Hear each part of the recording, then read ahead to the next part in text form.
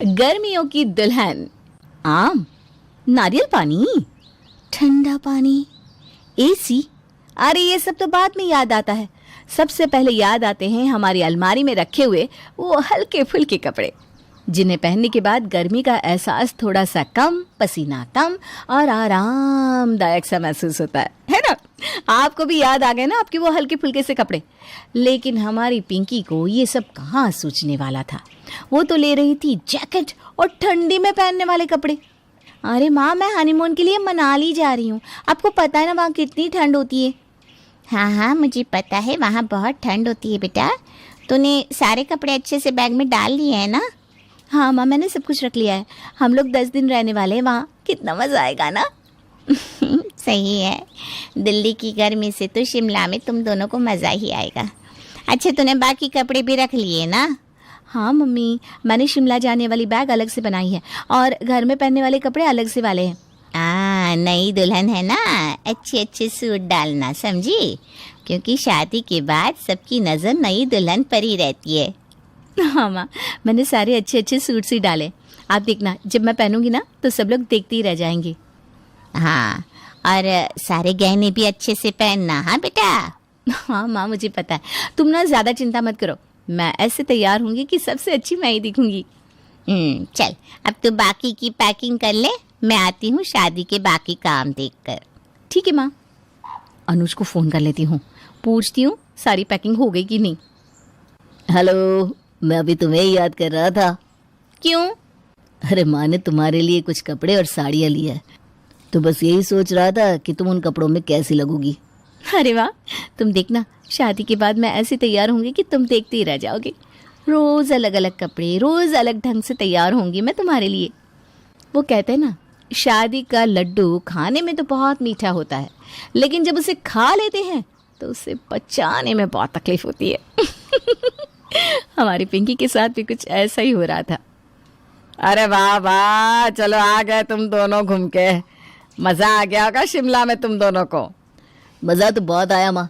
वहाँ इतनी ठंडी ठंडी बर्फ़ थी कि पूछो ही मत। यहाँ आकर तो ऐसा लग रहा है जैसे ओले गिर रहे हो। हाँ, यहाँ तो सच में बहुत ही गर्मी है। अरे अब क्या कर सकते हैं, घर तो वापस आना ही था एक ना एक दिन।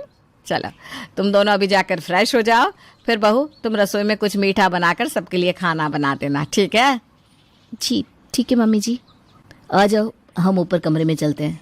हाँ चलिए। दिल्ली की गर्मी तो देखो, मुझसे तो सहन ही नहीं हो रही।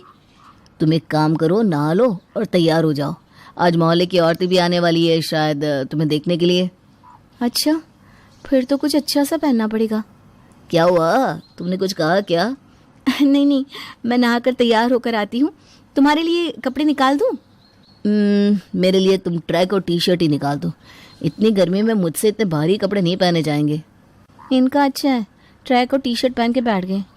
हे भगवान, मुझे तो भारी सा सूट पहनकर रसोई भी बनानी है और घूंघट डालकर बैठना भी है। आज तो बचा लेना राम जी।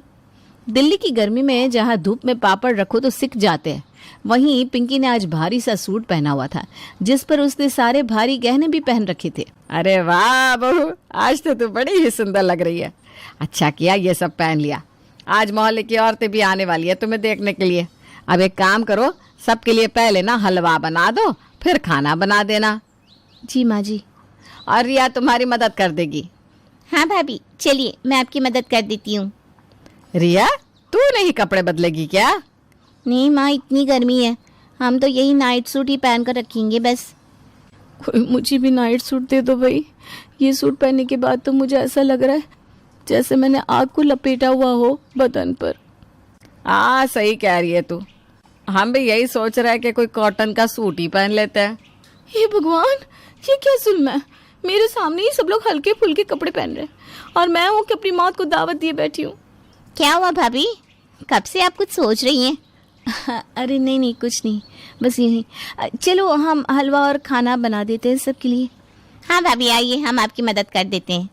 रिया और पिंकी ने मिलकर सारा खाना और हलवा सबके लिए बना लिया, लेकिन उसके बाद पिंकी की हालत गर्मी के कारण जलते हुए कोयले जैसी हो गई थी। बैठ जा बहू, बैठ जा थोड़ी देर। जी माँ जी, बड़ा शौक था मुझे गर्मी में शिमला जाने का। क्या सोचकर मैंने गर्मियों में शादी की। अब ये भी नहीं कह सकती कि मैं नाइट सूट पहन के बैठूं क्या। नई दुल्हन हूँ, कैसा लगेगा अगर मैं पुराने से हल्के फुल्के कपड़े पहन लूंगी तो। ये ले बेटा ठंडा आई, इससे ना तुझे अच्छा लगेगा, पी ले पी ले। जी माँ जी। तू ठीक तो है ना बहू? हाँ हाँ ठीक हूँ, मुझे क्या होगा। माँ मोहल्ले की औरतें आई हैं बाहर, चलिए ना। अब हाँ हम आते हैं।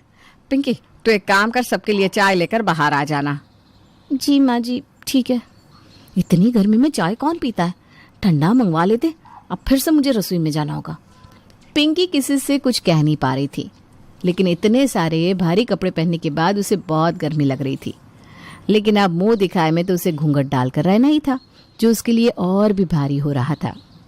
अरे वाह कावेरी, तेरी बहू तो काफी सज धज के बैठी है। पिंकी बहू, तुम्हारा सूट भी ना काफी अच्छा है। अब पहन के देखिए ना आंटी जी, फिर आपको पता चलेगा कैसा लगता है इस भारी सूट को पहनने के बाद। मानना पड़ेगा कावेरी, बड़ी सुंदर बहू लाई हो तुम, बिल्कुल चांद सी है। पता नहीं कब तक चांद सी रहूंगी, इस गर्मी में तो मुझे लग रहा है जल के कोयले की खान बनने वाली हूँ मैं। अरे शीला आजा, तू भी देख ले मेरी बहू को, आजा। हाँ हाँ, वो क्या है ना, यहाँ पर ऊपर पंखा चल रहा है, तभी यहाँ बैठी थी। मुझसे ना गर्मी बर्दाश्त नहीं होती ज्यादा। हाँ सही कहा, दिल्ली की गर्मी है अभी तो ऐसी ना। आप सबने तो फिर भी हल्के फुल्के कपड़े पहने हुए, कोई मेरे बारे में भी सोच लेता थोड़ा सा।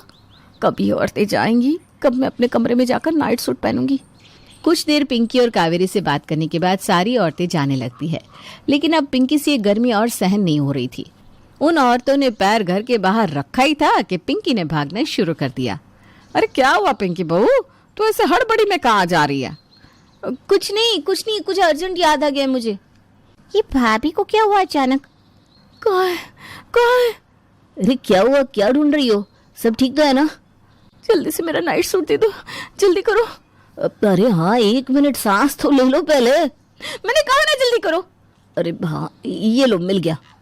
कमरे में आने के बाद पिंकी ने सबसे पहले उस सूट को उतार कर फेंक दिया और हल्के फुल्के से कपड़े पहन लिए।